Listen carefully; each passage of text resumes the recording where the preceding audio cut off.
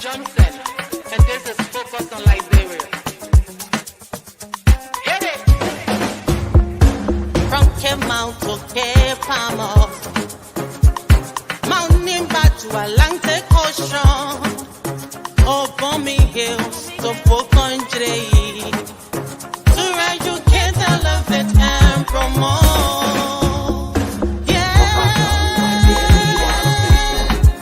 focus on Liberia. For Liberia, Liberia. For Liberia, yeah, yeah, yeah, yeah, yeah. From Monday to Sunday. From Monday to Sunday. It's focused on Liberia.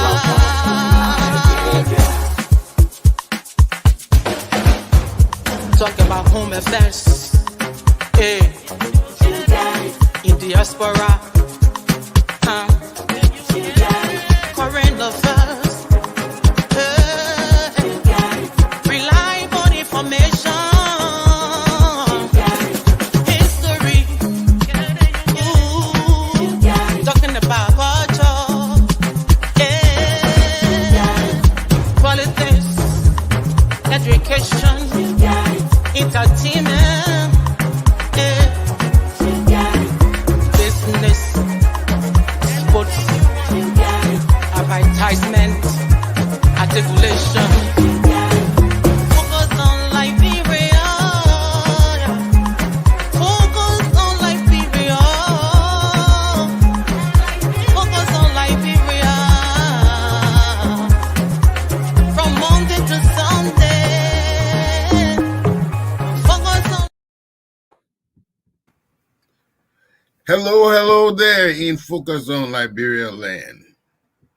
Tonight we have a lot of goodies for you. A lot of things been going on in our beloved nation. Some would say we're beginning to push the agenda little by little. And with me today, I have, of course, some honored guests. My panelists are J. Victor Nangbe. Welcome, Mr. Nangbe. Thank you, Mr. Eastman. It is great to be here, and welcome to our audience. Please join us also and share the show. Definitely. And of course, with us is the distinguished intellect, Dr. Clarence Pearson. Welcome to the show.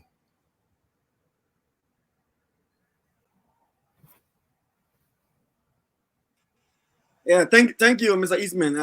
Thanks for the invitation, and hi to Mr. Nangwe as well, and a big hi to all our audience out there. It's a pleasure being on the show tonight.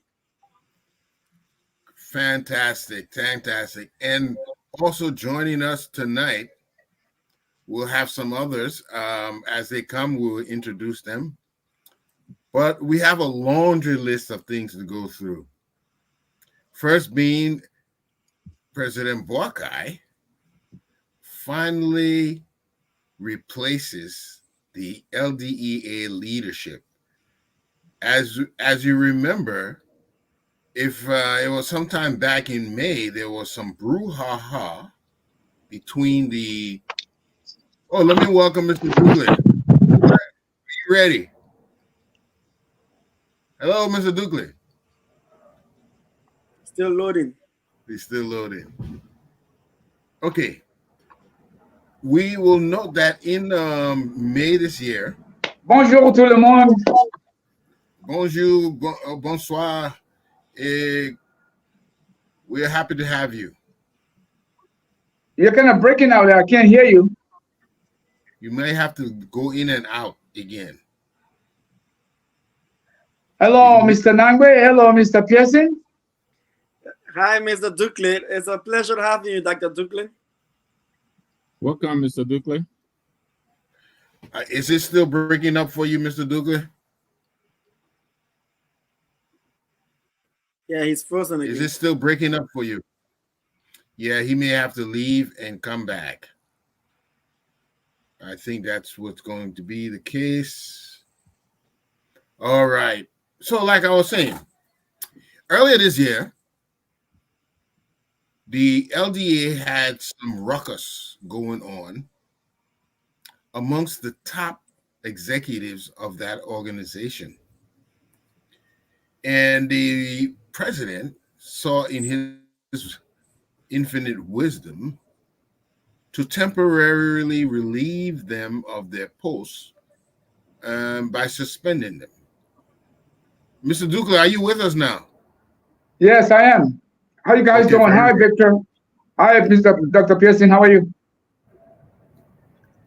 Very good. We're getting you clear now. So I was Oh, just okay. introducing the topics. And you know, in LDEA, we've been out of leadership for a few months now. The president sought to suspend the leadership there until an investigation was conducted.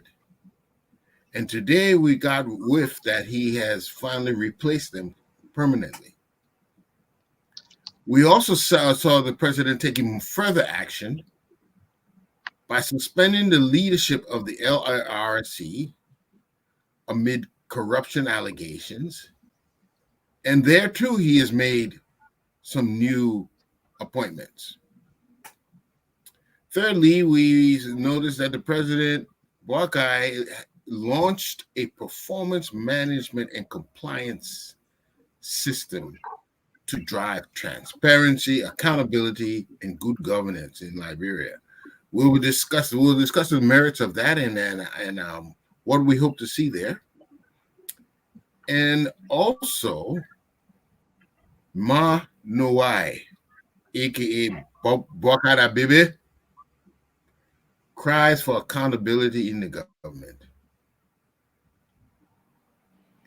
And finally, we will look into the appointment of the executive director for the Office of the War and Economic Crimes Court. So we got a full table ahead of us. So let's not waste any time and let's get into the discussion. Mr. Nambe, the president finally replaces the DEA leadership after all hell almost broke out at the headquarters. What is your take on that?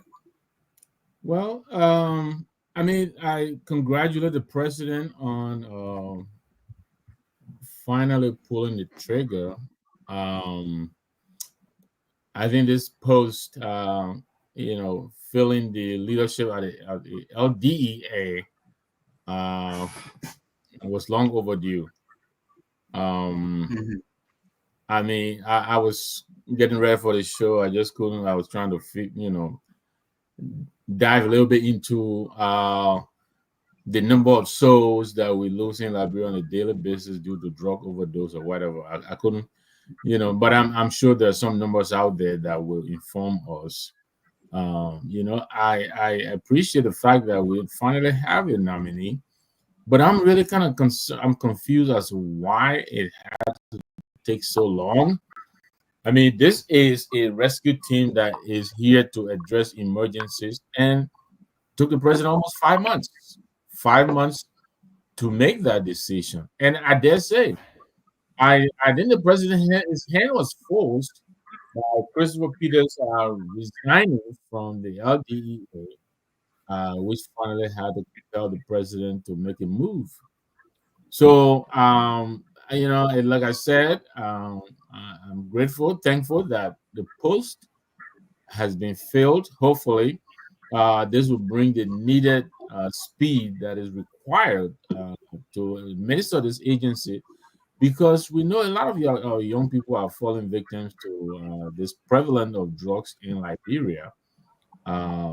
There's information that there's some very serious drugs that are brought in and also that transit through Liberia. And so we need our LDEA up and running and functional. So I think the 5 months really was a very long time to address an obvious emergency. So because those souls that we have lost, we cannot bring back. Some probably could have been saved, and some of those deaths could have been avoided had the president acted quickly enough. So I don't understand. I know. I hope someday we'll understand why it took so long. But on the face of it, it just looks like an apparent insensitivity to the plight and the emergency that exists in the streets of Liberia. Yeah. So Mr. Dugley, the president, your claim, Mr. Boakai doesn't make a move. He has taken a move. He has nominated Mr. Anthony Swa as the Director General for the LDEA. But their investigation that was carried out, it hasn't concluded, or are we sweeping it under the rug? Do you think simply appointing a new head is the way we should be going? I think, Jimmy, you have to look at the this whole scenario from the get-go when it started in June. I think it was around June 3rd, if I'm not mistaken. You know, first of all, this is way overdue. Even though it is a step in the right direction, but I think it's way overdue. And the fact that it's taking this long speaks to the ineffectiveness of the Joseph Walker government. And with the incoming Colonel, Mr. Sua coming in, I think we need to give him the benefit of the doubt, since he's taken over with new leadership team, to see how he is going to be able to shape that department. And I also think that I don't think the LDEA is being given the necessary attention it deserves, because this arrest agenda was supposed to also strategically focus on dealing with drug addictions in the country, and the way the drug addictions is being handled prior to this administration coming in. So even though this step that was taken today is about 5 months overdue, it is a step in the right direction. I just hope that the leadership that is coming in is capable to tackle this menace that we are dealing with post-war Liberia. Yeah, at least we see a change. But Dr. Pearson, is it enough? Are we now focused on a new course? What's your take on this whole episode? Mr. Eastman, thank you. I should start off, and I should just say, first of all, thank you to our viewers out there. Some of them reached out to me when they heard I wasn't feeling okay, and I appreciate that. I just want to let that out there to those who probably might be on and have done that. But like Mr. Dukley said, this is not enough. In my books of leadership, if President Boakai was supervisor, even in my company, when people were just packing cartoons and responsible as the CEO for that company, he did this, he would have been dismissed long time. President Boakai would have been fired by me a long time ago. Very long time ago. Especially if at all he had taken over my company and mentioned that the issue that had to do with a certain a section of my company is a national, or it's an emergency situation, and it took 4 months to replace the 3 most senior officials or the 3 most senior staff in that department, whatever that may be, I would have fired him a long time ago, right? And I say this to say that President Boakai does not deserve a pat on the back for what he has done. He does not. And I'll tell you why, Mr. Eastman, he does not deserve a pat on the back. Don't forget, we are talking about drug that is destroying our country. We're talking about a drug epidemic that have caused, a very good number of our young people, both boys and girls, render them hopeless, useless to society. And he has come with a big show doing drug tests and politicizing drug, calling it national emergency. only to have slept for over 4 months, going to 5, and cannot replace the three cardinal heads of that drug agency, all right, and now come back to just appoint just the director general. What happened to the deputy director for operations? What happened to the deputy director for administration? What is still holding him back? He announced in his letters that all 3 of those top officials were completely dismissed. They are dismissed. Why did he appoint the 3 so that this that SWAT can start off with a full leadership team? Look, I'm frustrated with how President Boakai is running the country. And I don't care what people say and how people think about how I feel about President Boakai right now, because I think it is disastrous. It is disastrous leadership. And that's why I want to just raise that point, Mr. Eastman, as I close on this point for now. Listen, President Boakai yesterday, 3 months ago, Shraf, dismissed those guys and employed 3 most senior leadership of that LDEA long time. And I close by saying this. I want to recall just for the viewers. Listen, even the replacement of A.B. Krumah wrote President Boakai in his resignation letter that the entire DA is in a serious dilemma. And that's how President Boakai responds. I'm not impressed. I'm not impressed, Mr. Eastman. I'm not impressed. Okay, so let's examine the letter, the memorandum that came out of the executive mansion today. I don't know if it's legible to you guys. Do I need to enlarge it? I'll read it. It says it was kind of blurry. Kind of blurry. Okay. Yeah, I mean, from my screen. Yeah, let me see if I can make it larger. Hold on a minute. I will try to make it more readable by enlarging it, or maybe I will just need to download it. Let's see here quickly. Let's see what we can do. If you put on the screen as it was, and perhaps we can just read it out loud for Mr. Dukley. Yeah, I may just. Tell me if it's any better now when I present it. Okay.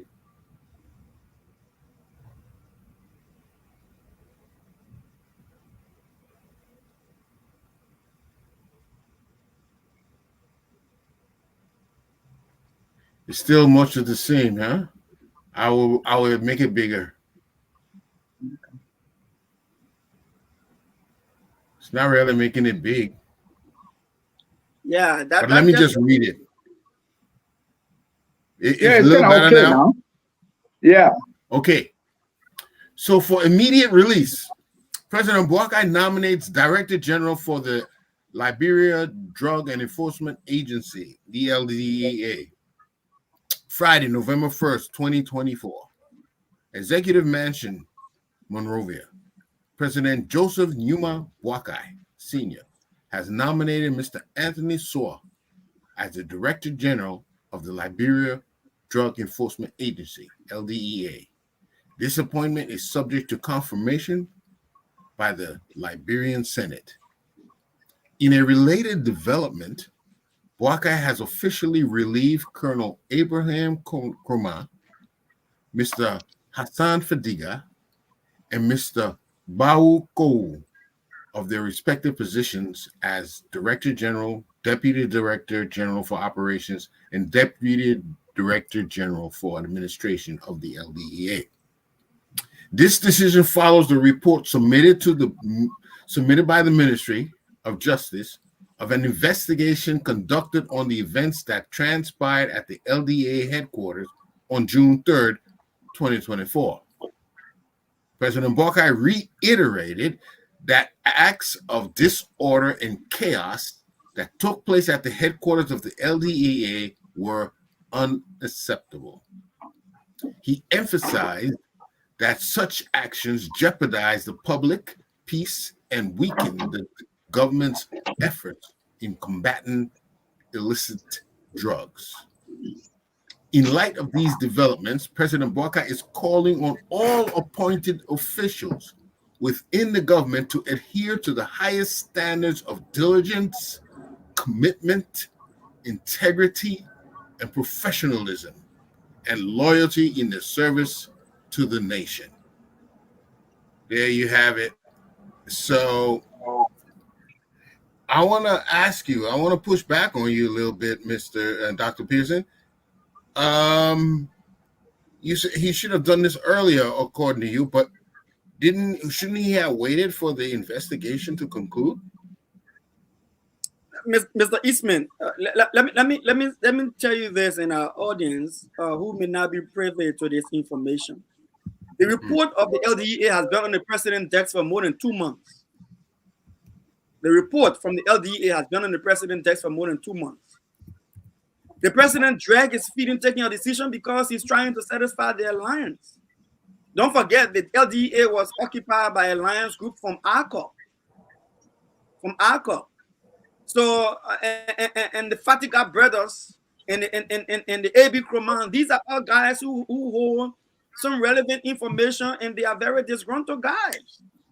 President Boakai I think he was afraid to take a decision. All right, thinking that these guys being disgruntled and the kind of tension that they were going under at the time, they would have threatened, to release some of those information to the public that would further embarrass the government. But beyond that, President Boakai, I think, in my opinion, Mr. Eastman, he cannot be calling on cabinet members in his government to be more vigilant and more effective when he himself is not vigilant and effective. I think it's poor leadership on the part of President Boakai right here. Now, President Boakai expects Anthony to go in there and do a 3-man's job. He's setting the man up to fail.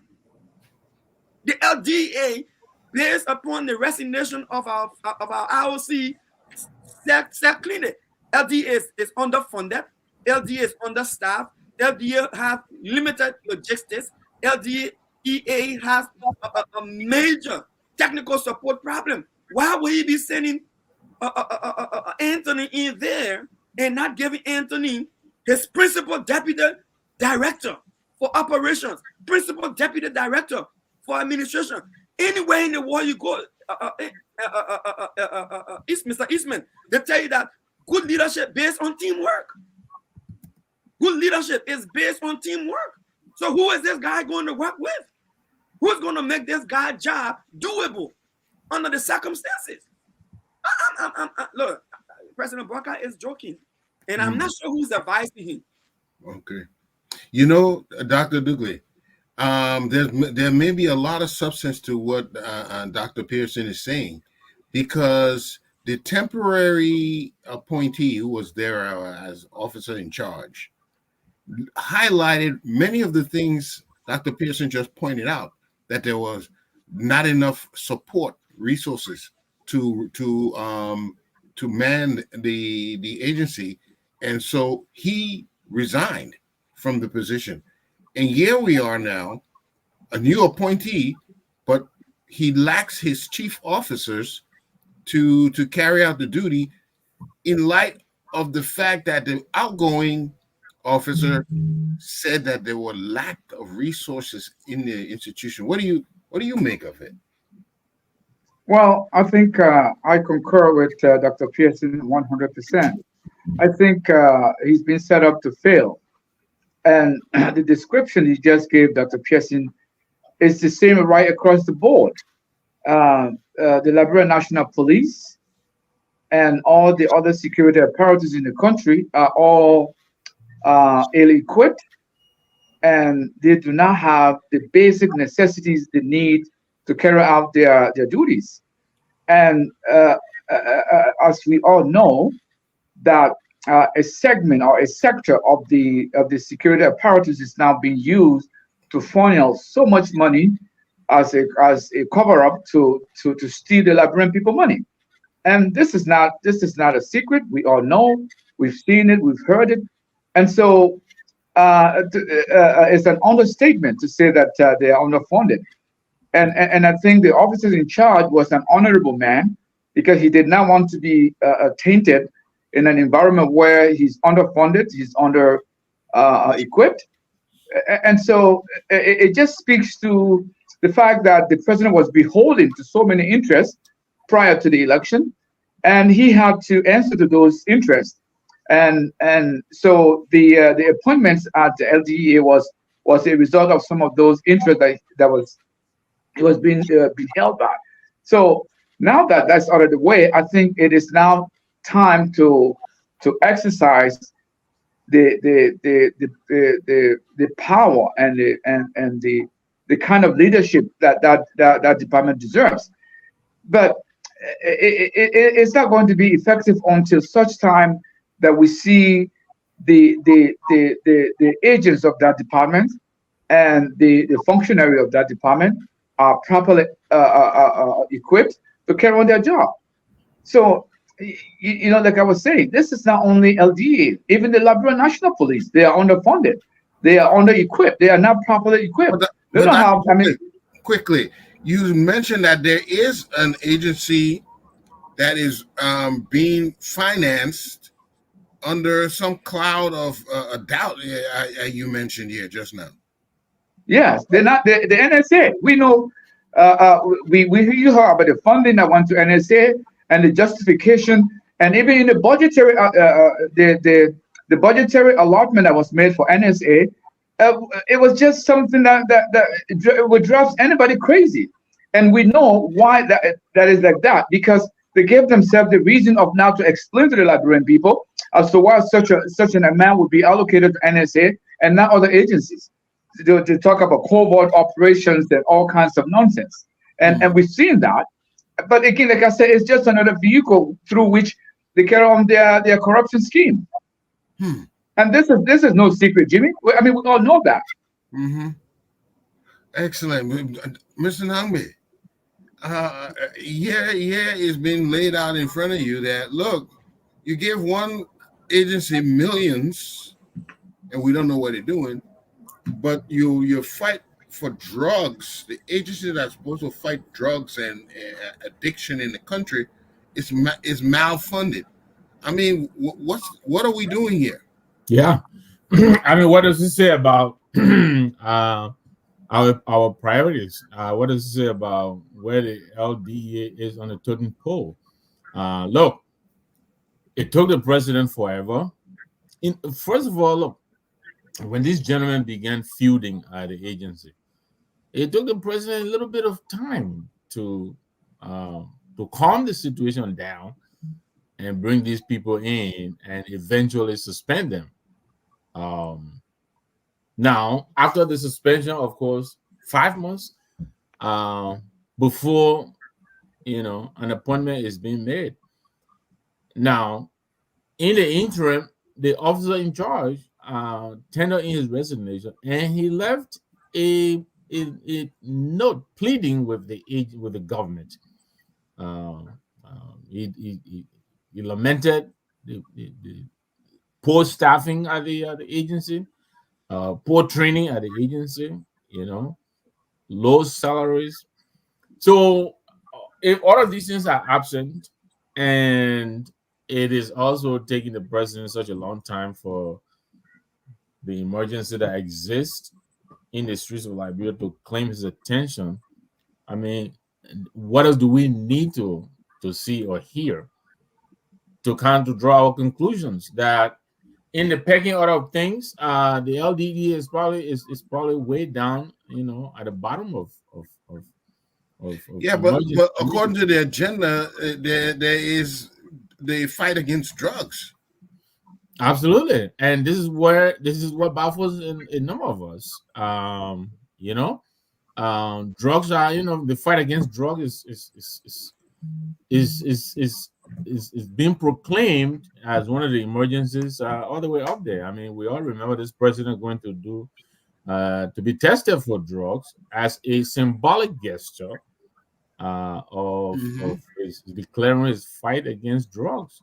I think that's how seriously we were made to understand the matter was being taken. But what we're seeing in actuality that's happening is quite to the contrary. How is it that this is an emergency to you and it is being badly treated? No, poor staffing, understaffed, poor training, low salaries, and then you leave a place pretty much vacant for this period of time, And then you financing NSA for, I don't know, anti-terrorism. We don't Exactly. really I see mean, anything like that going it on. doesn't require rocket scientists to draw the line to connect the dots, Jimmy. So yeah, it's turning out to be just one of those slogans again, like we say, yeah, another bumper sticker slogan, fight against drugs. But the reality is quite different, Wow. unfortunately, because while we're discussing this and all of this is going on, there are young people out in the streets there who are falling victim to this carnage that's consuming our streets. Yes, our youth at peril. And there is another heart-wrenching story of Liberian returnees. They were refugee in Ghana, struggling, their homes demolished, and they were stranded. And they were pushed out of Ghana, forced to leave Ghana. And the Liberian government and the UNHCR program helped to provide them passage to Liberia and try to support their resettlement in Liberia. And with all the strife they were going through, the leaders at the LRRC, the Liberian Refugee Repatriation and Resettlement Council, there were allegations of corruptions, and that the very people intended to get relief, that money was siphoned, and fake names were added, and the president now has suspended the leadership there amongst allegations, and nominated a new head of the organization. But Mr. Pearson, is this a trend? I mean, how can we be so cruel to one another? Is this national responsibility? Patriotism? What's going on? Thank you, Mr. Eastman. When I follow the LRRRC situation, and I must admit, the president seemed to have acted very swiftly on this issue. All right, I think there's a young man who was willing to blow the whistle, and not only that, but he was able to show some very strong pieces of evidence in receipts and other stuff that people signed for money that were not even members of those who have been repatriated. And I think that's inhuman. That's sad. Even though I'm aware that this issue has been on the burner for a couple of weeks, and even at the regular press briefing at the Ministry of Information, Culture, and Tourism, that Mr. Woolsey was given a platform to debunk those accusations and even provide a counter argument to those allegations. Let us not forget, the first time issues came up on this whole ultra privacy stuff was during the rainy season, when the returnees themselves videotaped their tents when it was raining heavily. They videotaped their tents and they made that video public. And what that did was that it brought the level of inconsistencies and the lies and the tipfree to the full view. And we saw government officials scrambling to go and make corrections there. But again, Mr. Eastman, the president did not take action. The president did not take action. The returnees, the actual returnees, were brought home and put in leaking tarpaulins during the middle of the rainy season. And the people took live videos showing the I wouldn't say dilapidated because it didn't take long for that leakage to happen. They mix shift structure that they were placed under. And the president did not take action. Rather, he went at the Ministry of Information, Culture, and Tourism and defended their actions. And they ran there and reconditioned the site. The president allowed that to slide. And so when the president allowed that to slide, those guys were emboldened to give false checks. False checks. The president is taking action when the harm has already been done. The president is taking action when the damage has already been caused. That's poor leadership. How long should we keep saying this, Mr. Eastman? And I know people say, oh, Dr. Pearson, one of those who just cry wolf and say everything negative about the president. But listen, my people, when you come to government with claiming to have over 40 years of public service experience, when you come to government claiming that you're bringing the most experienced people to power, to take over government from people you claim to be nothing but nitwits and total non-score people, is this what we have to show to the Liberian people? So I want to say thanks to the president for dismissing those guys and appointing new officials.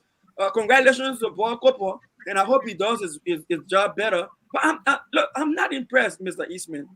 I will say this until I see real progress. Okay, Mr. Duque, let me read the release from the executive mansion, because there appear to be some disconnect somewhere.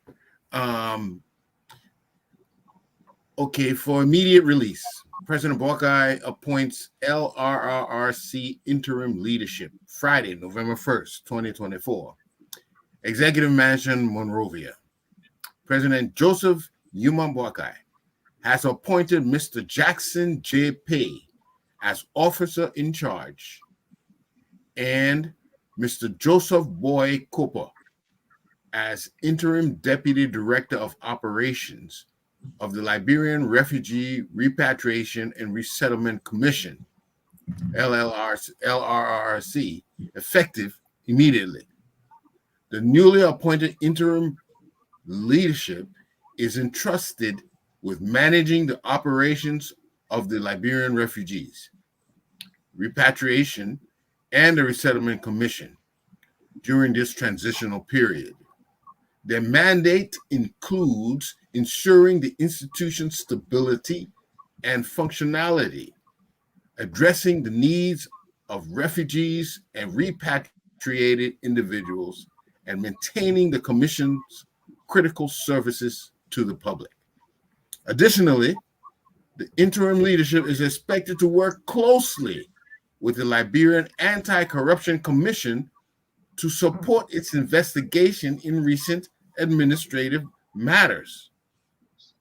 President Boakai emphasized that this interim leadership must exemplify the highest standards of ethical conduct, reflecting the government's dedication to restoring public trust and fostering a culture of integrity across public institutions. The president urged Mr. Pay and Mr. Cooper and their team to navigate this period with diligence, professionalism, and unwavering commitment to the nation's best interests. President Boakai calls on all appointed officials to uphold diligence, commitment, integrity, professionalism, and loyalty in the service to the country. So, my question to you, Mr. Nowai, are we seeing a repeated theme that now the president is holding those who have been appointed to a higher standard, that they, as he pointed out, they must uphold diligence, commitment, integrity, and professionalism? Are we seeing a new trend, a new change here? And also, they are supposed to cooperate with the commission to investigate what went on there. Are we seeing a new development now that we're seeing that we're actually cleaning house? Well, it looks like the president is starting to turn the page. Lately there's been a flurry of activities, reliefs and replacements. You named the LRRRC, LDEA, a couple of other places. So it looks like he's finally uh, springing into action. I certainly hope so. I mean, we know that earlier this week, I believe, he released the performance assessment material instrument that I think will be used to evaluate appointees' performance on the job. So I certainly really do hope that this is a new beginning or a rejuvenation of the process that this president hopefully is beginning to institute. But again, yes, I think it is good to relieve these people. But if some of these people, being accused of graft, I think you should not just relieve them. I think some of them, if I'm not mistaken, have been turned over to LACC for investigation. So I think this is a good thing. I just hope it continues, in this direction. So yes, I think the president seems to be turning a page, and hopefully, the momentum maintains. Mm-hmm. Dr. Dugley, the president has been criticized of doing nothing, but he was very swift with his action on this, and he appears to be pursuing an investigation into it, not just relieving the people, but also pursuing an investigation. Are we seeing he's now really, settled in and he's beginning to navigate the course of this administration? Dr. Dugley. Well, it's kind of if you want to look at this and evaluate it accordingly, you have to look at the pattern of.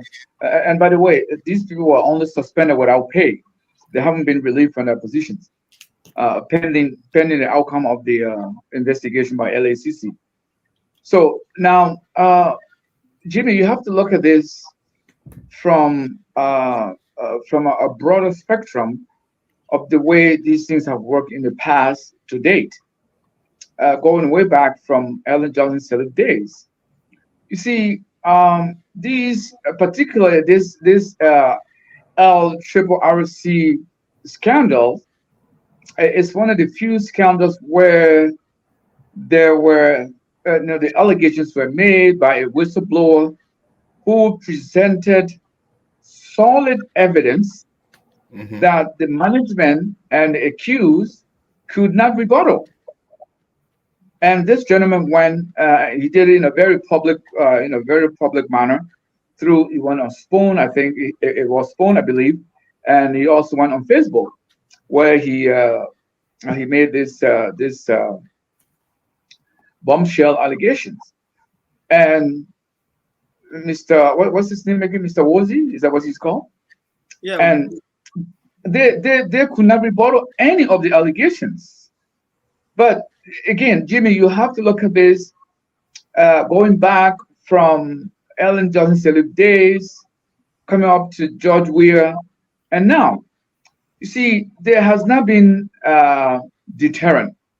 People have not been adequately deterred from the misdeeds that have been carried on. So the flagrant manner in which these people were dealt with, these poor, destitute Liberian who came from Ghana, and I remember clearly the events that Dr. Pearson was describing here. It became a big story in Monrovia, and people were complaining how they were not looked after. They were just dumping Monrovia, they were just dumping Liberia, and then let go. And so the Liberian government said they were going to take care of them, and there were international support that came in for them through the United Nations High Commission for Refugees. But the people who were there to look after them were only there for themselves. And so because in the past they have seen people have squandered public funds with no serious consequence. So I've always said this on this platform here, Jimmy. We need to change the mindset of our civil servants. People need to know when you go to public service, you are there to serve the public. You are not there to enrich yourself. People make more money in the private sector. So those who want to make money, they have the requisite knowledge and skills and training. They go into the private sector and make money. But because of the mentality where people feel that there's no deterrent, people feel that there's not going to be any severe consequence to their misdeeds, so they're really not. They don't think twice. But something like this should be something that it should not be happening in this stage of our newly founded democracy. And then people say that for those of us who used to say we the Liberian people, the native people, and we need to look after ourselves. Liberia this is just an example to show the world that we are still a long way from where we need to be, because even our institutions that are in place to deal with these malfeasance and all these corruption scandal we hear about, the judiciary itself is corrupt. So where are you even going to turn to? So we need a drastic transformation of all our institutions, and I mean all our institutions, where the police that does the investigation need to be equipped logistically, equipment-wise, and you name it. And so is the LDEA.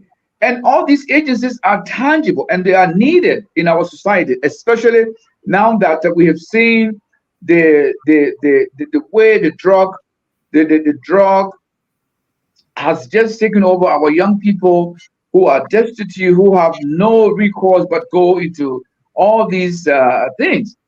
So I think, unfortunately, we are in a place where I think we are just in a place where we are just going in circle with no progress being made, because this money has been squandered already.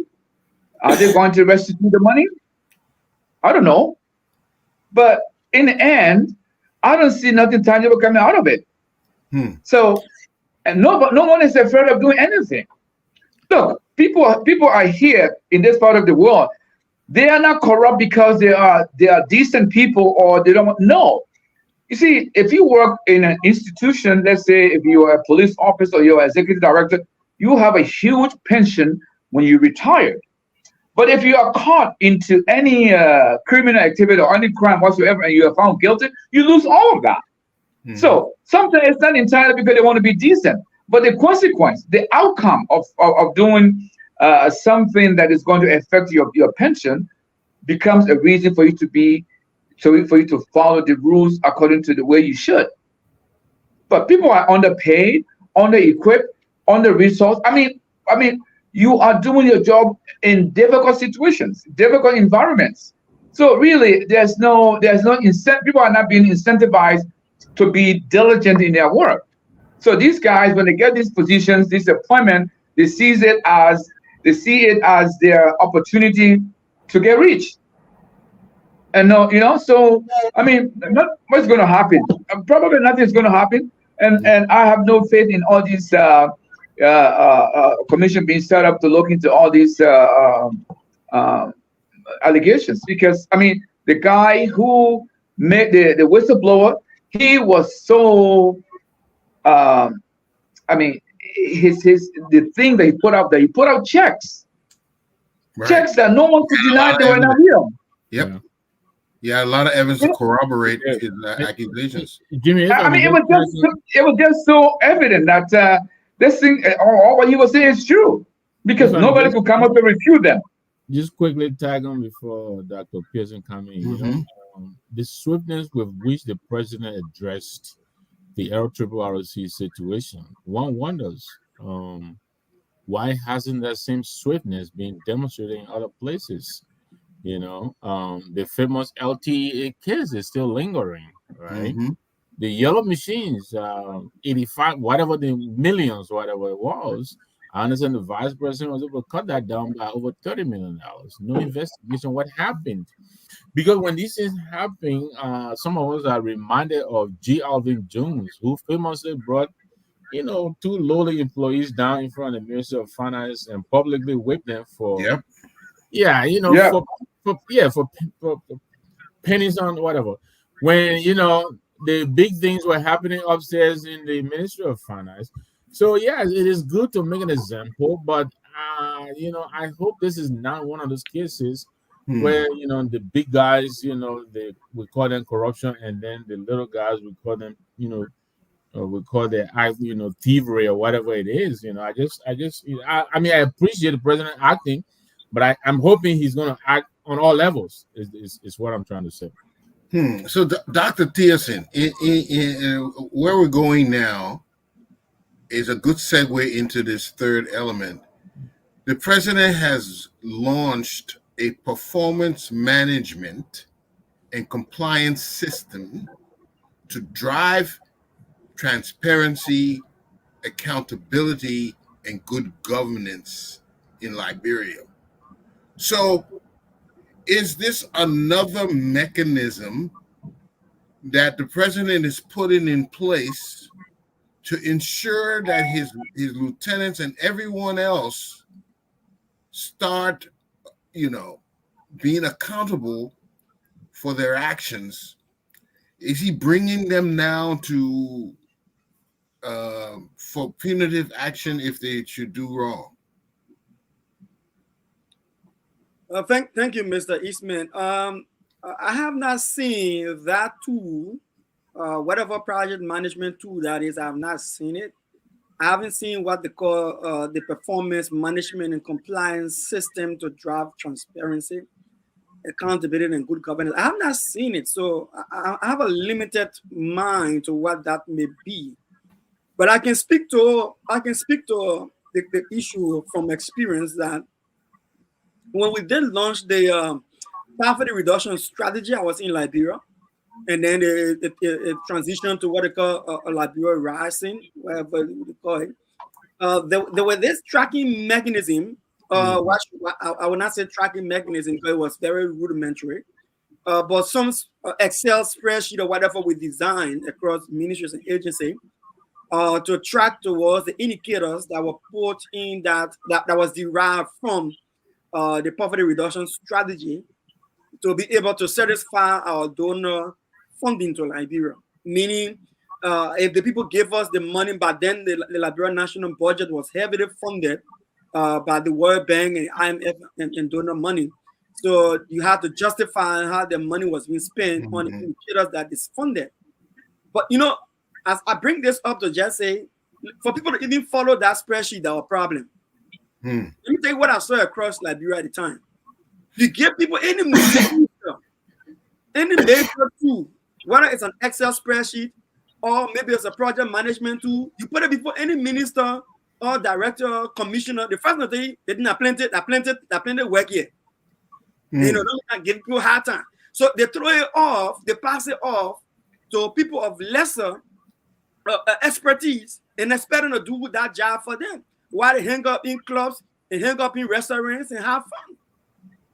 And then those indicators are left, and basically not critically supervised. And not just that, in the Ministry of Finance and Development Planning, I wish we could have Amara Conan on here, or we could have Gafuan on here, or I wish we could even have, if not Amara or Gafuan, have anybody from Ministry of Finance and Development Planning who worked there during the administration. And the just all budget spending situation that just happened in Liberia.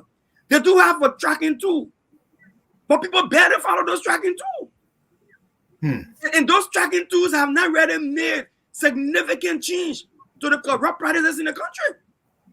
You remember when they called the acting finance minister Myers to the Senate to answer for the all budget spending? He said yes. The financial management tool that track the spending indicators per sector. You know, sometimes when you allocate the money in the budget, if when you adjust the budget and it doesn't fall the certain budget code, then we have to manipulate the budget to correspond with the code. So we mean there are systems there.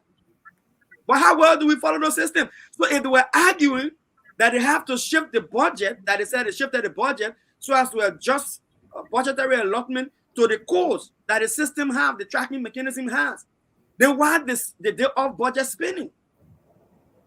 Why they did off budget spending? So we mean they couldn't have spent off a budget because the system would have spit out the expenditure. I want somebody to get what I'm saying. Yeah. So if you can't spend the actual budget that the country signed into law, and you say you have to adjust it because if you don't adjust it, you can't spend according to the tracking mechanism, but you're able to spend off budget, and the system did not spit it out. So you know, I commend. I think Elias Shohine, one of my high school colleagues, who graduated from RC Lawson together in the mid-90s, and we attended LU together. I think Elias Shohine supported the development of the arrest agenda for inclusive development, as they call it now.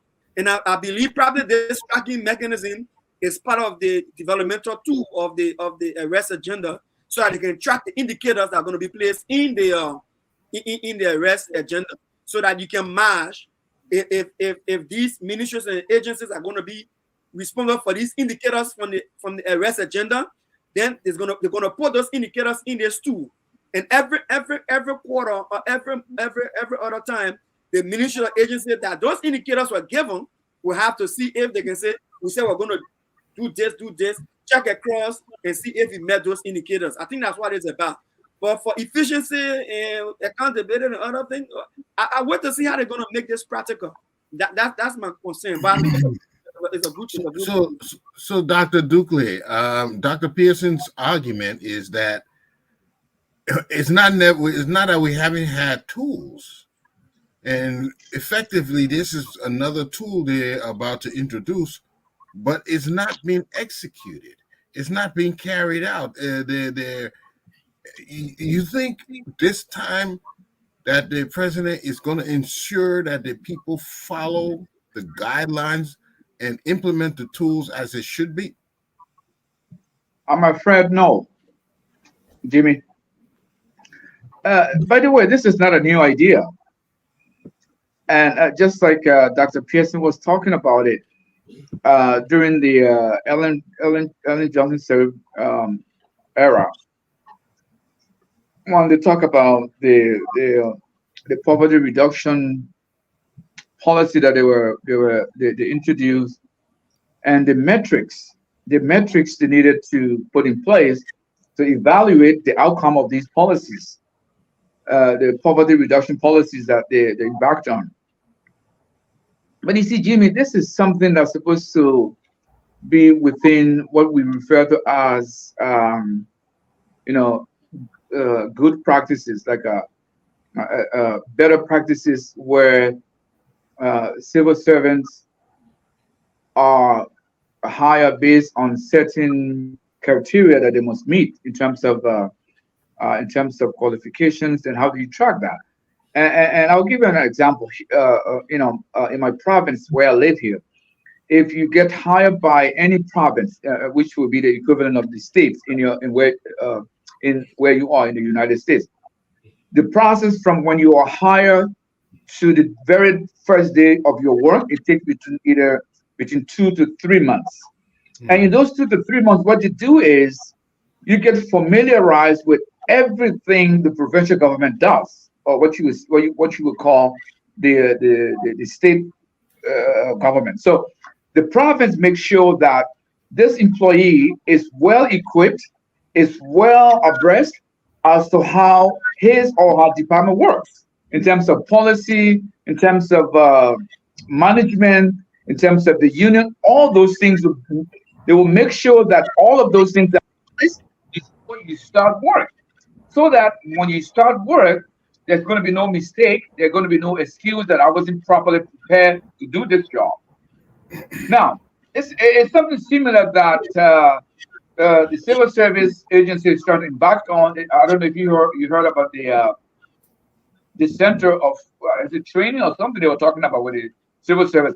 These are all ideas, but we have really not proven that we are capable of implementing it the way we should. Otherwise, what justification do we have for not being able to have an effective national government payroll in Liberia? I mean, it baffles me for a country as old as we are. I think these were some of the things that should have been the priorities when Ellen Johnson came to power. You know, I always tell people one of the things that I felt about Ellen Johnson's government was her priority. There were a lot of her priorities that were misplaced. Otherwise, this is all about best practices, where there is a metrics to measure everything that you do as a civil servant, so that when you are employed as a government, as a civil servant, you know exactly what you're supposed to do, what your role is supposed to be, what is it that you're supposed to do, what is it that you're not supposed to do, your limit, your parameters of work, your responsibilities, and all these things. So the leadership in those agencies and ministries, they are not prepared to even look at these things, because for them it's a waste of their time, because most of them don't deserve to be there in the first place. And so, because they are only there to enrich themselves, they are only there to make sure that they control what comes in, what comes out in terms of money. That's their priority, Jimmy. So, otherwise, this is something that we even should not be talking about it as something that we should praise the government for doing or criticize the government for not doing. It's a given. It should be a given where these things are in place, so the civil servants know what they are getting into. I mean, we all live in this part of the world. We know how the civil service commissions here. We know how they work. The government created these agencies to make sure that their functionaries who come into service know what they're supposed to do and how they're supposed to do what they know to do. So I mean, I'm not going to sit here and kid myself. This is going nowhere, Jimmy. It's not going to go anywhere, because it's not a new idea that they are talking about. This started from the time when Ellen was in power, but they could not effectively implement it. They let it go, and George Wood did not bother. Now they have resurrected it again. I'm yet to see how far they're going to see this gone, but I don't see them going anywhere with this, Jimmy. Okay, but Dr. Pearson, your point and Dr. Dukley and even Ms. Now all making the point that this is not our first time. So what can the government do to make this transparency, this program successful? Because just like you said, if it's just an Excel sheet, the people will say, oh, y'all move that thing for me. So what can government do, the administration do, to ensure that these things are followed the way they should be? I tell you this, Jimmy. I agree with Dr. Pearson, my friend, Mr. Dukley. I think the problem we have is not the absence of regulation or instruments, to scientifically diagnose problems and address. I think the instruments are there. The problem we have is the will to enforce and execute. Look, let's take LEC for instance, right? LEC has been in existence since 1973. That's 51 years. What is it that LEC is really achieving? I mean, let's be honest. What are its targets? Do we really need a performance management, whatever the instrument is, to determine that LEC is not performing? Is that really what we're saying? So, I mean, yes, we can go ahead and create all of the instruments. I think that's well and good. And I think, my friend Nathaniel Kwabo, who is being tasked with administering this instrument, he's a good guy. I think he's efficient. So maybe that will help. But yeah, the problem has been the lack of will and the ability to implement. That has been our problem. I don't think we are where we are because we don't have any mechanism to tell us that X or Y or Z, Mhm. is failing. I mean, the signs are there, indications are all there. What are we prepared to do about it? That is our problem. The patronage, they look in the other side, right? That has been our problem. I mean, and I was still LEC. There are lots of the examples abound, but LEC, since you and I were babies, when have we ever had uninterrupted flow of electricity for 12 months? In Liberia, I don't remember. Maybe you do. Because You you know, know on the actually, I social. work with LEC, and There I you go. was So loyal to the point of getting we're in captured. your backyard exactly. So, but Mr. Dr. Pearson, if you were the chief executive and you notice that these people are not following the rules the way they should, and they ask you to be the fixer, so what can we do, Dr. Pearson, so these people will follow this program of transparency and compliance? What would you suggest that has to be done? Mr. Eastman, having lived in Liberia all of my life and worked there, as a matter of fact, in both private and public sector, I will say this to you. I'm not going to down. I'm not going to talk down on our professionals regarding Liberia, but for some reason we don't have the retention skill, the retention capacity to concentrate on large data for a long time. We can be honest with ourselves as Liberians, or we can pretend and try to make. No matter what you try to do, people don't have long retention skills. They don't have very strong tolerance for large data. You give a typical Liberian. It can be the executive director. It can be the managing director. You put large data sets before them, they crumble. In the next 20, 15 minutes, they leave from behind the desk. They walk away. That's a discipline thing, isn't it? And what happens next is that, and I have seen where people they fake the numbers. They just make up the number. So we're supposed to do X, Y, Z. They just make it up because they don't have the temperament to sit behind that exercise and get it done right. So what I would think, and I would say is that, like Dr. Duke said, probably we need to strengthen our young professionals that are being trained right now and give them the requisite capacity that they need in the developmental process. But I think that's a whole generation that we have to change. That's a whole generation. And that's why I talked to one of my professors at the University of Liberia and at Cottington, one of my friends at Cottington. And I said, can we begin to stress research-based studies? Because a lot of times when it comes down to this kind of technical work, Mr. Eastman, it comes down to stats. It comes down to data. And data, people think data is just only numbers. No, data includes both statistics and analysis. That's right. Data includes both statistics and analysis. If you do not have the retention skill, the retention temperament, to be able to sit behind the thing, Mr. Eastman, and key in that data in the computer cannot give you analysis you want. Computer is garbage in and garbage out. That's the minimum knowledge you get when you go study computer and statistics. The computer only give you what you put in.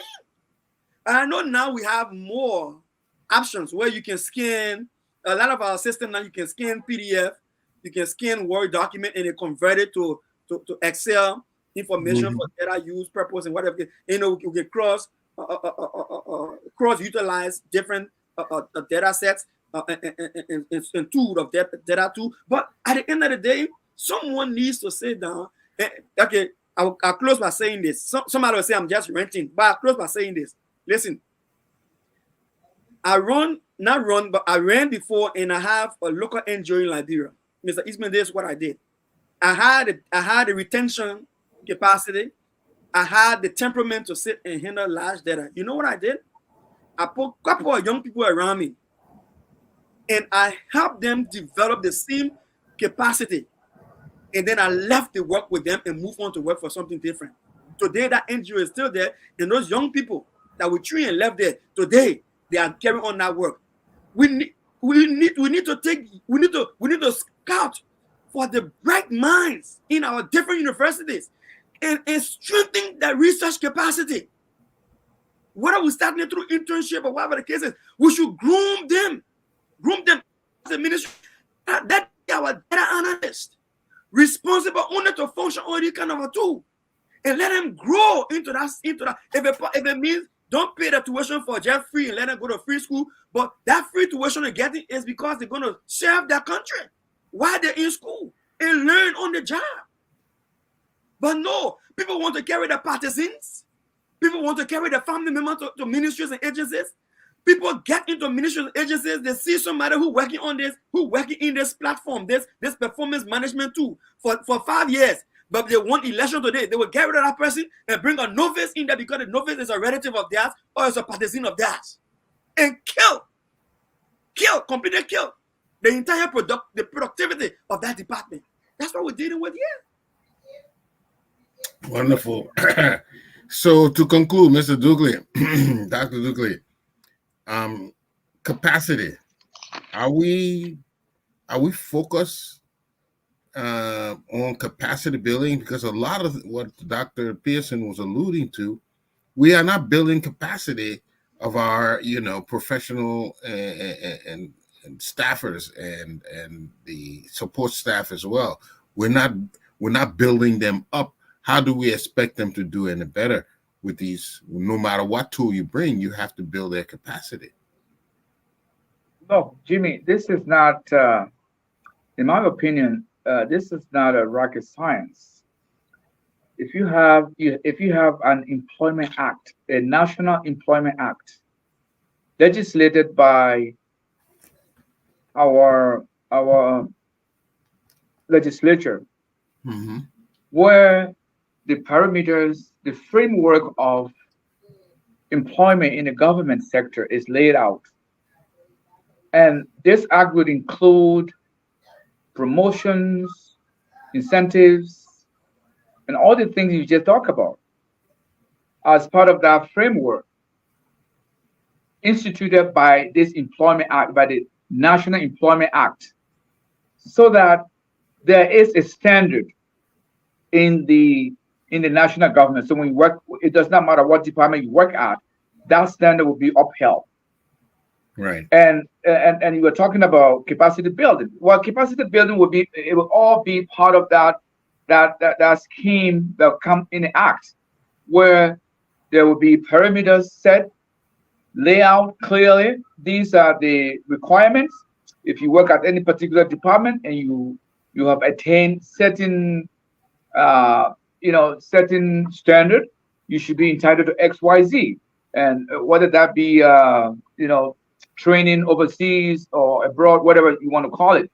But and these things are created in alliance with all the government agencies and along with our development partners, as well as our bilateral partners there, where they can help to build our capacities.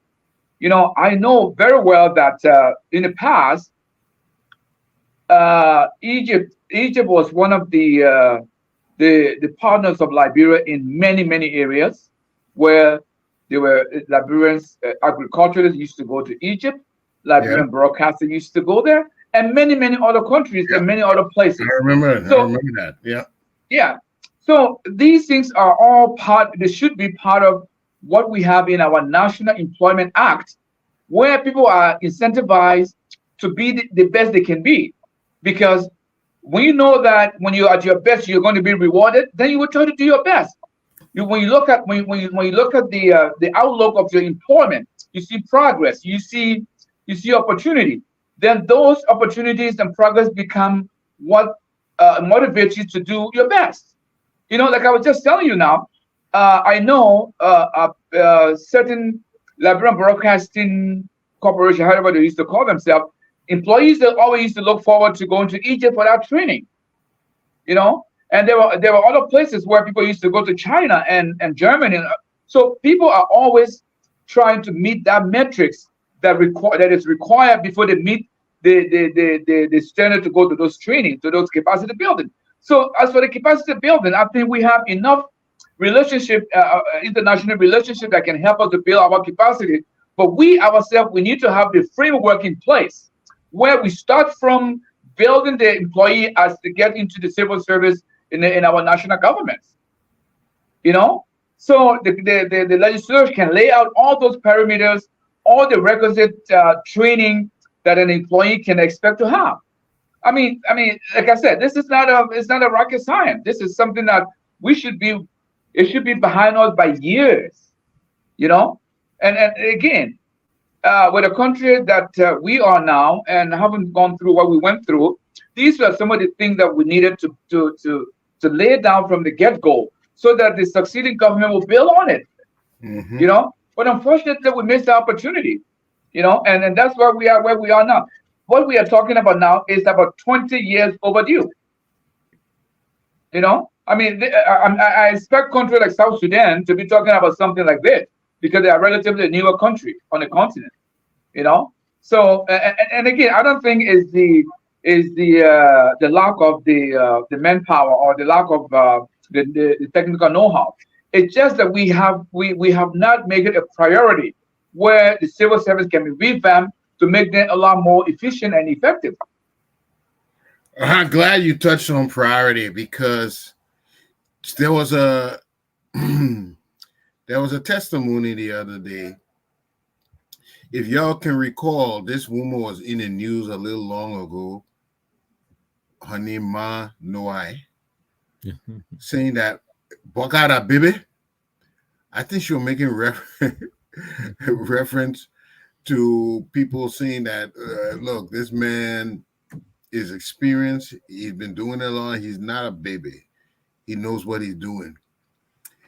The other day, this same lady who was famous for Boakai baby was crying, literally crying to the reporter that she saw a dereliction of duty on the part of our representatives. It didn't take, Joe, what you saying, Dr. Du, it's not taking rocket science.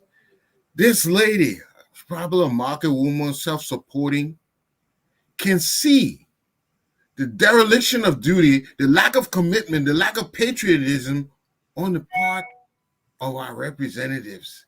And it brought her to tears. It brought her to tears that, you know, how they can be so negligent in their duties as to walk away from the work they're assigned. Why are we paying them? Why are we paying them? Mr. Nangwe, do we have a whole attitude problem? Because a lot of things what Dr. Duka was just saying there, it had to do with we don't have the right attitude to proceed. In fact, Dr. Pearson said the same thing. Yeah, We don't have that, you know, forge ahead attitude at all. yeah. What's your take? I agree with them. We don't incentivize good performance. Everybody is dumped in one pot, and everybody just trek along, and hopefully this performance assessment instrument maybe it will accentuate that, and the capacity to encourage people to want to do better, right? So a friendly competition on the workplace is not a bad thing. Who is going to be the best among us? Is this ministry this year going to be the outstanding ministry for performance? Maybe we need to think along those lines. Is this ministry going to be the most efficient ministry for this cycle? I don't know, Jimmy. I'm just really, but yeah. So I watched a clip on Nowai, and I really I marvel at her capacity to cry whenever the cameras are around. I don't know if I could do that, to produce tears on demand like that. But she is she represents the sentiments on the ground. Mm-hmm. Yeah, like you said, I think she took offense when Yega Kaluba was questioning President Boakai's Mm-hmm. donation that he made to, I think, the fire victims in Bon County or Market, was it Market? And it's Salaya, I think it Yeah. was. Yeah. Yeah, and she was saying, Bana baby, he can do whatever he wants to do. So now she is saying that our legislators are acting like babies, and people are mocking her because she had said, the government functionaries are not babies, so to speak, but now the legislators are acting like babies. And she was crying to them, crying out, encouraging them, to let unity prevail among them. And she Mm-hmm. has a point. You know, the whole debacle right now that's happening in the Capitol building is really, really is frustrating, and it casts all of us Liberians in a very bad light. Mm-hmm. Our inability to respect, the rule of law. But yes, coming back to attitude, I think Dr. Pearson and Mr. Duque are quite right. Um, this is what is lacking.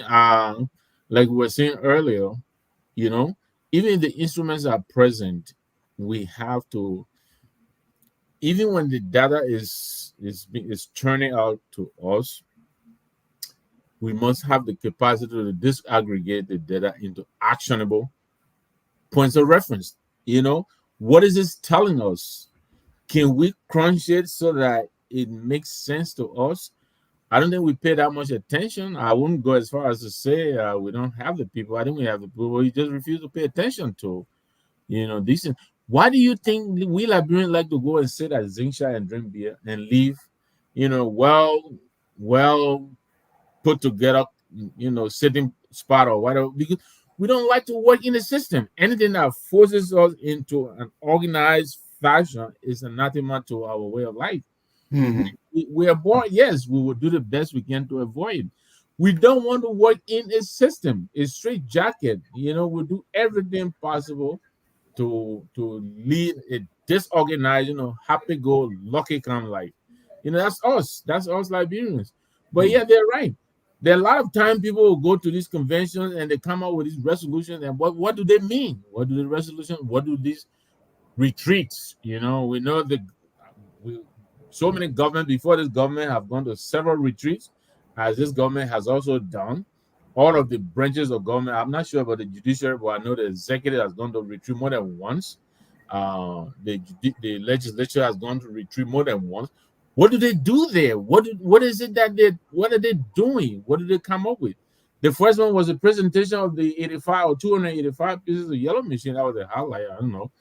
But yes, this is what these things are supposed to do for us. Maybe you bring in people, if we don't have the time, you bring in people whose job it is to pay attention to these numbers and tell us what they mean to us.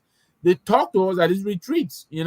Look, Mr. Minister of Post of Telecom, this is what you do. 4 years ago, this is what you did. Over the past 3 years, this is what has happened. You've gone upwards or downwards. This is what you need to do to tweak what you're doing to make you profitable. We probably need that kind of thing. I don't know if it is happening. I mean, maybe I'm being simplistic to assume it is not happening. Maybe it is happening, but I doubt if it is because we don't see it outwardly. We don't see any of these. So I think that's what my colleagues are alluding to. We have to develop that capacity, to listen to the analytics. Well, what are they telling us? What are the school analytics telling us about our performance as educators? Do we need more professional development? What is it to say to us about Mm-hmm. reflecting your presentation? Those kind of little things, but they all add up to the bigger picture. Right. And Dr. Pearson, this thing I think is, they say they got what they call it writing on the wall, shadows. Here is an average Liberian lady who is crying for accountability. Just think about it. Her times the millions of other Liberians in the street who watching this saga at the House of Representatives, where they are getting paid, driving in convoy in huge cars. We're buying $4,000 to $5,000 cars. They're laying up in a hotel. She is crying for accountability on their part. Do you think there's a message being propagated that some people are not accountable to us, and that may have a snowball effect one day? Mr. Eastman, I will begin answering that question. I think it's a good question, but first of all, thanking you. The other night, I was in my living room. My wife and I were looking at television, and I was following the program when you all were debating the issue about the legislature. And when I heard people, I was kind of taken aback when I see learned people, educated people justifying and in a way giving a pass to a group of lawmakers who have been giving public money as salary, and not just public money, exorbitant monies and benefits. And then they have the audacity to stay in hotel for over 5, 6, 7 days in a hotel, not going to their residences, their homes, and driving from those hotels, going to the Capitol building, and the people standing along the road when the guys are doing the video and calling them greedy politicians, rogues politicians, and they see nothing wrong with it. These politicians see, and to the point where a lawmaker makes a Sunday morning video and dancing on a Sunday morning video, dancing because he has his office in disarray. And learned people come on social media platform reasonable platform with high-mannered people thinking and telling us that we should accept this as a normal practice of legislative behavior that is good for our country. And I applauding you because you did not buy into that. And I saw you sat here and you put your foot down and said, listen, we are looking at this thing the wrong way. And I said this to come back to man or Noah, right? Like you said, this is a woman who has not gone to school, who has not learned. But this is her third video. Her first video, she stood in defense of the presidency. Mm-hmm.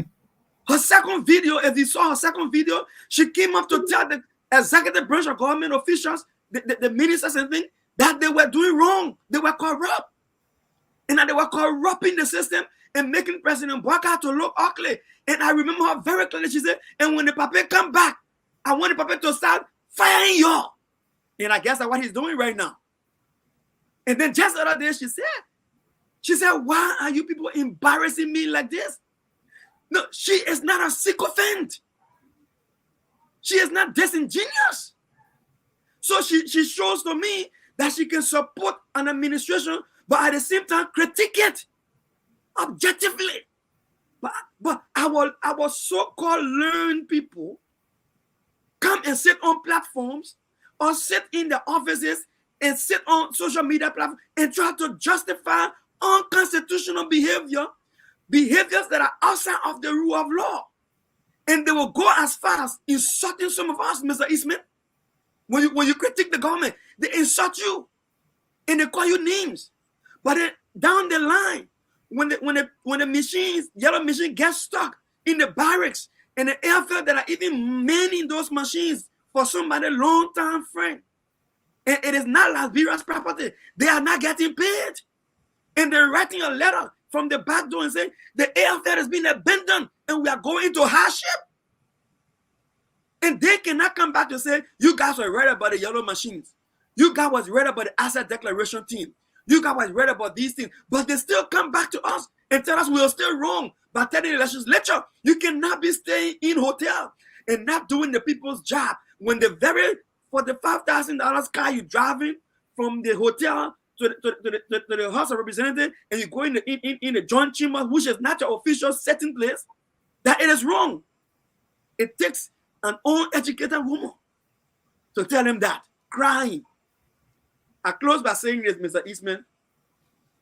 Back in Liberia, when we were growing up, when an elderly lady cry, even if it was your grandma or your mother, and beat the breast and say, "You're making me shame," you fall on your knees and you ask for forgiveness.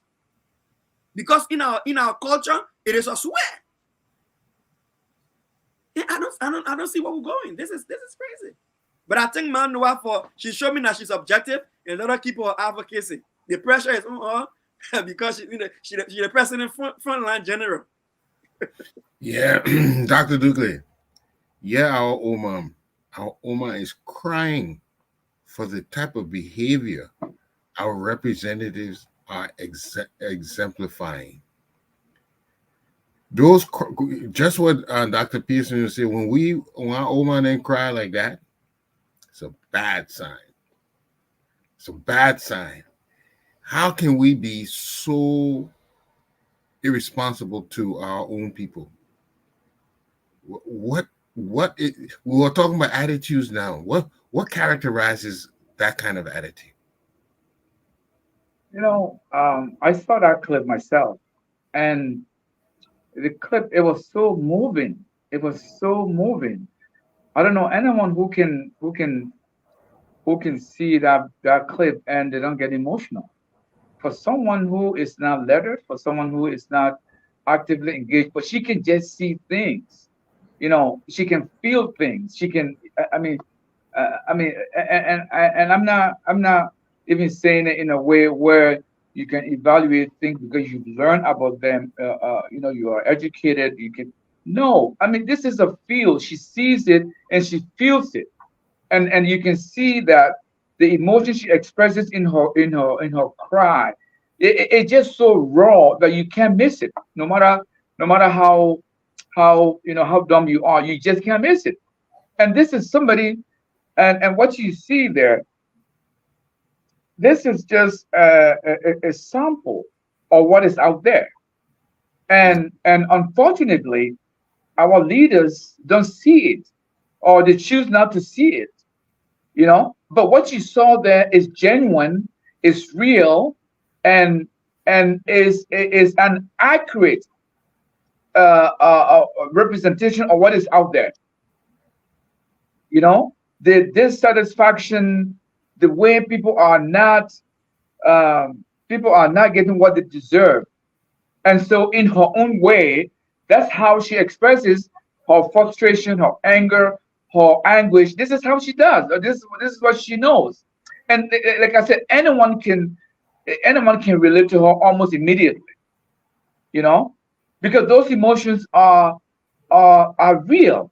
And so my take on it was, when I saw this, I was saying to myself, when is somebody somewhere in a position of power who can make a difference will actually see this and it impacts on them? That was the thing that went through my mind. Because most of the things we have discussed here today and we have opined on, we shouldn't be. We should not be. We are, Jimmy, I like the fact that you talk about building the capacity of our civil servants or our people. We don't have the capacity at all. We don't. And the only way we can do it is through our bilateral and multilateral partners. Because some of the things that we need to build our capacity, we don't have them. We don't have the technical know-how. We don't have the manpower that can impact those knowledge in our people. So one of the best way we can do it is through our international development, activities over abroad, so that our missions that are representing us there can tap into those relationships and help Liberia. I'm going to go back again to our North African partners, the Arabs. These guys are a lot more sophisticated than we are in terms of development, in terms of what they have. And I think they are on a continent. They are our brothers. They are also part of us.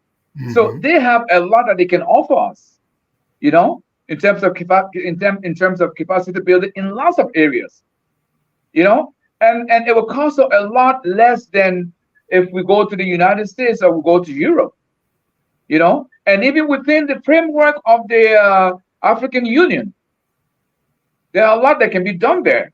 So, for our purpose in Liberia, there's something wrong with us after the war, where we do not see people who mean well for us.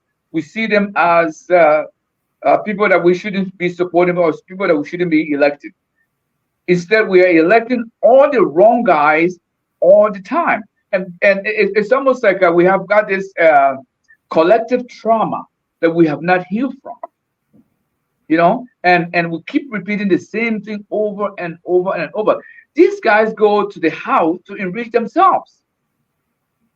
They go and because of the stage that was set from the get-go when Ellen Johnson Sirleaf came to power, the legislature that was in place, they brought in all these outrageous pacts that they gave themselves, and it was just so sad. Now, the only way we can fix this, I think, is through education, an education that focuses on molding minds from a very tender age, where public service, people are taught that public service is actually public service. You are in there, it's not to enrich yourself, you are there to help your fellow Liberians. If you want to get rich, go to the private sector. But these things come with mindset. It comes with ideas, So, Jimmy, it's unfortunate that we are even talking about something like this in 2024 about our beloved Mama Liberia. We shouldn't be. Yeah, that's the nature of the beast. Let's go to our last topic for this evening, gentlemen. Actually, when I saw that, it was very touching. Joe, you say, Dr. Dugley, it was very touching. The woman is crying because she can't believe we're treating Liberia the way we do. It hurt her. Why are we so negligent or selfish? But there's one more appointment that was made today. President Boakai appoints the executive director for the War and Economic Crime Court. Let me share that release today with you guys. Okay. Let me share that.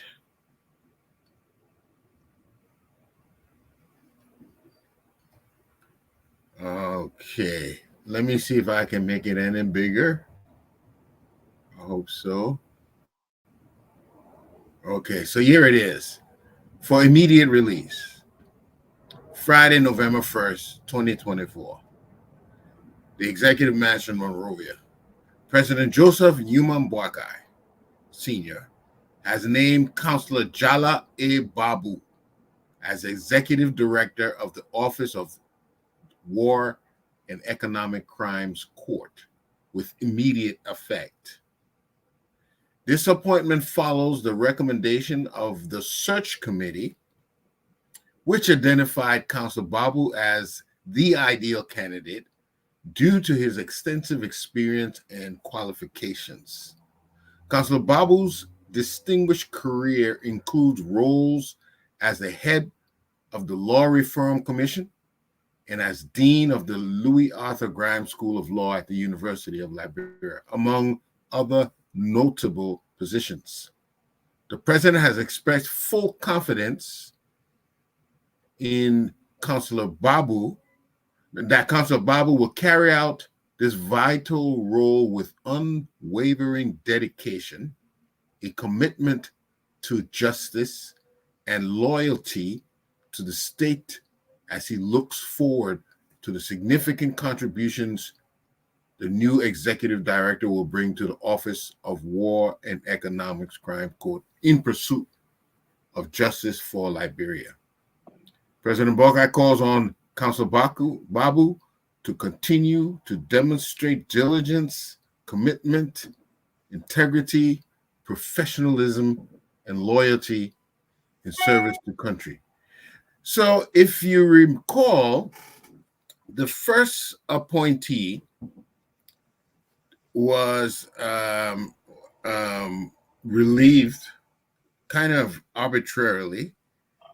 In fact, during that whole episode, there were several people who were appointed to that. I kind of wonder why so many people were appointed to this commission, whereas we already had integrity institutions like the LACC, the GAC. I figured this group would have only been to buttress their efforts and be more focused on certain activities. But it was a huge appointment with several people. Some people never took office. They never sat there. And in fact, there was some commotion between them that they felt that the commissioner, who was in charge, started doing things arbitrarily and spending money, and it was almost as if there was no plan. Now we see with this new appointment, and there was supposed to be a vetting process or search committee looking for somebody good to occupy this position. Again, looks like another turnaround to correct a faux pas made before. Mr. Nangbe, you think is this a good corrective action or more of the same? Well, I like the fact that the president is this time going on the recommendation from a search committee. I like to believe these the members of this committee are people who probably did a little bit more due diligence than the previous attempt at appointing Councilor, I think Jonathan Massaquoi or someone like that. But the way things are happening in this government, it just makes it very difficult. It just looks as though everything is just kind of being done haphazardly. I'll be honest with you, I can tell you that I understand exactly where this government is headed. I mean, so the president, there is the whole asset recovery thing. I believe you just alluded to that. So much, flurry and activity. Where is that? I don't know where is that. My best friend Edwin Clark Martin and the team, Martin Colley jumped ship. I believe Gonkanu, I believe that's his name, of the Freedom Fighter group, left the team. So this president then, in the same, I think around that same time, he erected this, war and economic crimes court. A lot of us were very excited by this. And then everything seemed to just fizzled. The appointment, there was a lot of criticism against the appointment.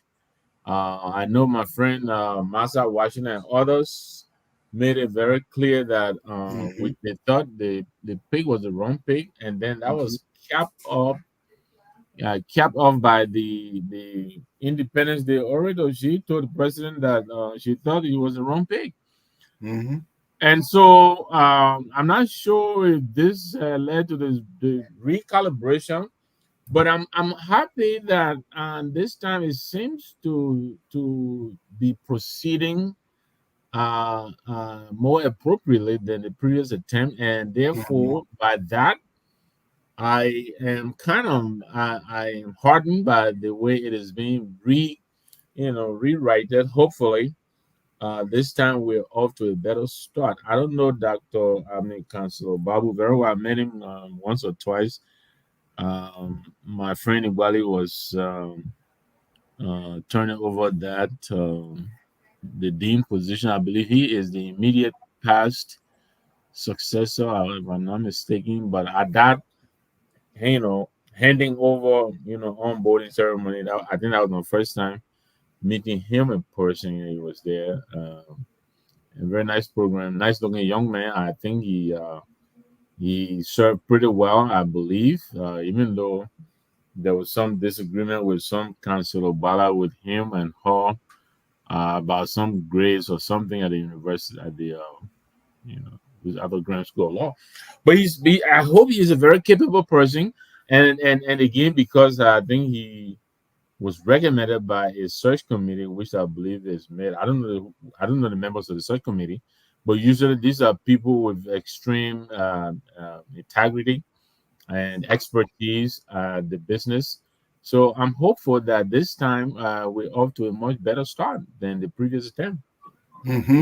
Dr. Pearson, I can tell that you're just waiting to make your participation on this other issue. What have you in regard to this matter?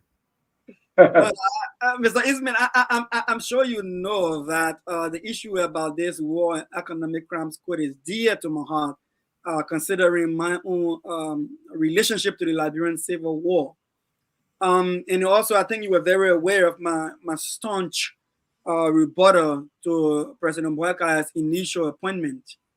And I think so far, the only complaint I've heard outside of myself is the fact that he is a Lothian.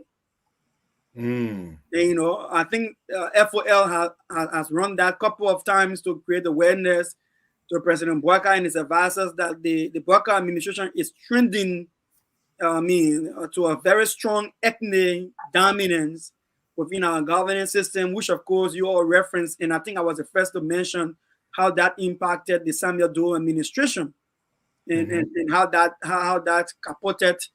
catapulted into some of the reasons for the conflict. But I think on the overall, like Mr. Nangwe said, I don't really know Babu a lot. Mr. Councilor Jala a lot. I know that he did serve on the Law Reform Commission, the Constitutional Reform Commission. How he performed there and what was the result of that commission, I got no clue. All right. And I know he also served on the dean for the Louis Arthur Graham School of Law. And we all know how it just ended with some bad history when it comes to how the student grades were handled. When it comes to oversight, well, so whether he's culpable, I'm not sure, but those are some of the latest concerns that is raised. And I also know he attempted to run for president 2016, 2017. He tried to throw a hat in the race. He was one of those who were kicked out from that 2018 elections, 2017, 2018 elections, because he did not follow the code of conduct to have relinquished his position 2 years in advance. And so he couldn't represent Linu in that elections. So it all boils down to the small oversights and the small talks. But other than that, I have not seen anything. I think my biggest issue before I close on this topic, Mr. Eastman, is the secrecy with which the vetting committee worked. And I think it's important for me to note it right now because I've done it already and I mentioned this before. I would have thought with the sensitivity of this role, and the level of pushback that President Boakai had, and then coming over to say, okay, let us be more transparent and appoint a committee, I would have thought the committee would have come up with clear-cut criteria for this role, even if the president had a TOR for the role.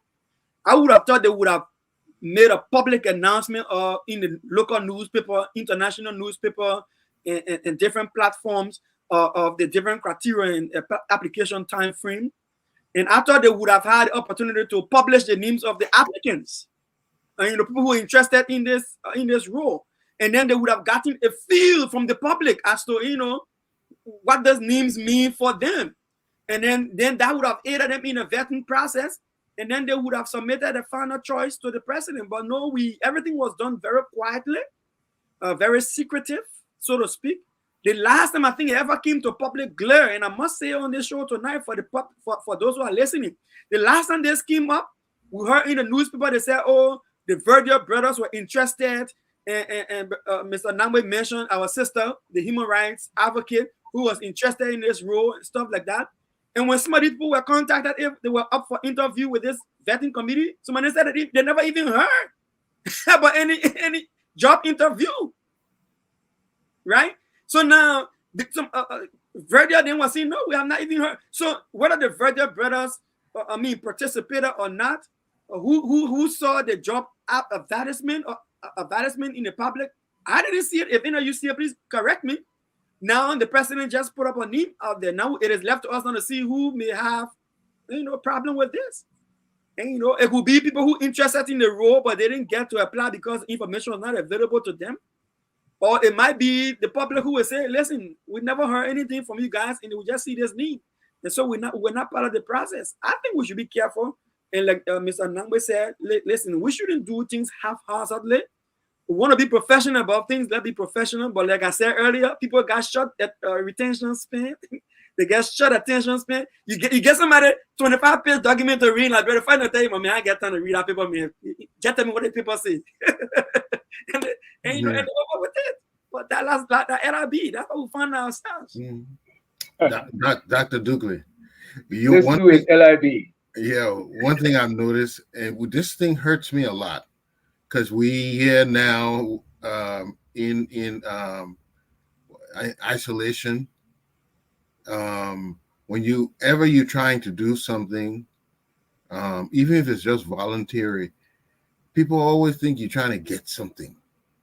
It has become, any service you try to give Liberia, it is where you want to take something from, And so as such, these positions are awarded to individuals who they feel like that you're giving them something. You don't look at it as the person is giving Liberia something. It's look like you giving something to the person. So it's awarded as a gift or payoff. And as such, we see all, we don't know about the relative commitment of these people, because if they're only doing it for the money's sake, then they will have a certain kind of commitment. How you look at this new appointment? Well, Jimmy, you shouldn't be that surprised. This is how we've been conditioned over the years, where people believe that nobody comes to do these things with a pure mind of wanting to help. There has to be something in it for them. That's how we've been conditioned. And my generation of Liberia don't believe that you can do anything without having some ulterior agenda behind it, which might not necessarily be the case. But this is how we've been conditioned over the years. And I think I was one of those who was saying on this very platform that Massacre was unfairly targeted because of things people said about him. And with that said, I think with Councillor Jala, I think it seems like he is a choice with less controversy, because it's very difficult to find someone in Liberia after this 14 years of carnage, to see somebody who you can point to that has no baggage in one form or another. But with Councillor Jala's appointment, even though this is I think about a month or so overdue, when the president on September, I think it was on August 15, when he said that the vetting committee should come up with a name within 20 days, I believe it was, he said. And that should have been September 5th. And there was some infighting. There were some people saying that Councillor Oswald wasn't availing himself to the meetings and all those things. So I hope with the appointment of Councillor Jala, they are going to get the wheels rolling. But this mentality that we have, Jimmy, is something. It's not new, and it's not going to go away anytime soon. No matter who you appoint in Liberia, there will always be something said about you. Now, whether it's true or not, that's a completely different issue. But you have to understand, Dr. Pearson, in Liberia, in the absence of forthcoming information and timely information, the rumors will fester as a result of people not having timely information, and and looking at our country for what we are. I mean, you just need one person to say something in one of these social gatherings. The next thing you know, it's going to be all over the place through social media or whatever you want to think of it. So I think I don't know much about Councilor Jala myself personally, but from things that I've heard, from commentary that I've heard, it looks like a lot of people agree with his appointment. Very good. Okay, gentlemen, I really appreciate your participation. Now, we just about hit at the top of the hour. So I would like all of you to, make maybe a 1 minute closing comment so we can wrap this episode up. Let's start with you, the youngest, Dr. Pearson. Well, I would like to just close up by saying that President Boakai needs to do more. He needs to be more, I can't say agile, because, he's not going to achieve that. I wouldn't want to ride a pimpin until it becomes a forerunner. But I would say I think he should be more, I don't know what adjective to use, but I think he should just do more. When it comes to the LDEA, I pray that the president can have full appointment with our LDEA and give them all of the logistical and technical support that they need to get their job done. If he consider drug an emergency in Liberia, then he has to show it in his action. I want to use this medium to mention to Augustine Kwehe Gafwan. I'm very frustrated that you postpone the submission of the national budget. I think that's dereliction of duty, and I think your excuse about the arrest agenda, trying to align that with your budget, I think that's a weak excuse, because as a planner, those indicators are not going to change. The calendar indicators are not going to change in our plan, matching it to the budget.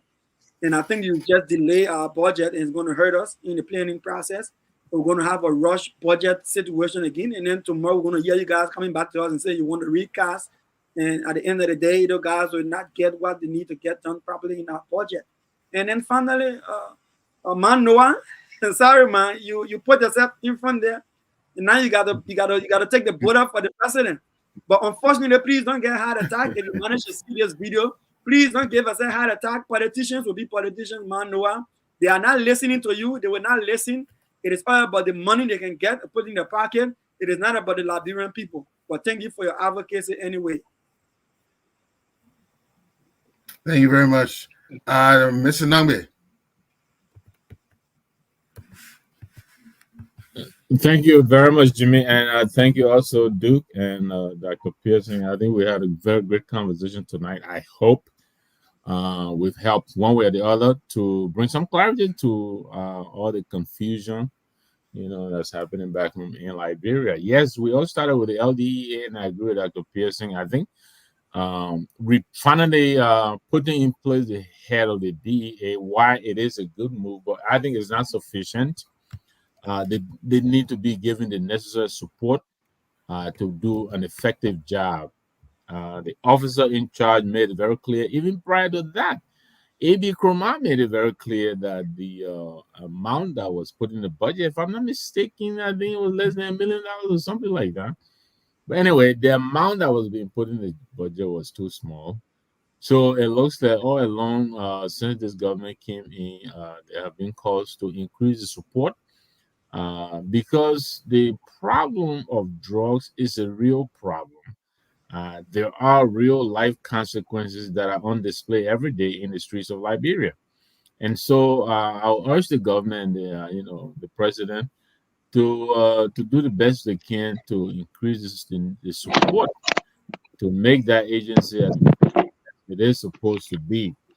I'm glad that he finally made a move on LRRRC, and that was pretty quick this time. I believe Mr. Woolsey and others were recommended or turn over to the LACC to look into their conduct at the agency. So hopefully, if there was any wrongdoing, they will be able to uncover whatever resources that were misappropriated while they were there. The old lady and called to the government. I think she's a fresh, I guess, fresh breath for all of us. I think she means well, and I'm actually very impressed and kind of surprised by her advocacy. Like I believe Dr. Pearson indicated, she doesn't seem to be formally lettered, but she seems to have quite a busy understanding of what is going on. And we probably need people like that to remind our legislators, especially because I think the legislature is really one of the major problems we have right now in our country. The guys, they appropriate unto themselves every penny they can find, and even in the face of all of this, and most of them have been motivated again to do an illegal deed for $25,000. I mean, it's just really it's crazy. So I hope she's onto something, and I hope others will join her to resist this illegal attempt to remove Kofa. I'm not a fan of Kofa's. I don't know him well, but I really believe no matter how he was elected, but he was elected. If he has to be removed, there is a prescription to carry out such act. And I think they should do that. It will increase our pedigree on the international scene and to our partners that indeed, we respect the rule of law. Because when the rule of law is respected, there is certainty, there is security. People tend to want to come and invest into your country. But if we don't respect the rule of law, it will drive investors away, and it hurts all of us. Again, thank you very much. Great show. Mm-hmm. Definitely. Dr. Duke, come close us out. Thank you, Jimmy. Thank you, Dr. Pearson. Thank you, Brother Nagwe. It was a pleasure hanging out with you guys. And we are here on this platform. I think we are all well in intention. We are only contributing our 2 cents so that somebody somewhere might be listening to us and maybe take heed to some of the things that we are saying. And I don't think any one of us on this platform intention is to be a critic without offering any solutions. And so I see this as a national duty on my part, and we're going to continue doing this for as long as we can. Thank you guys for the show. Excellent. And no matter what, we're not partisan based. We offer our honest opinions here and our professional knowledge that we managed to acquire over the years. And the only thing that really, really matters to us is that Liberia comes out ahead. So that's why we always close with the songs. We are all Liberians. We are Liberians. Liberia is our home. Liberian people.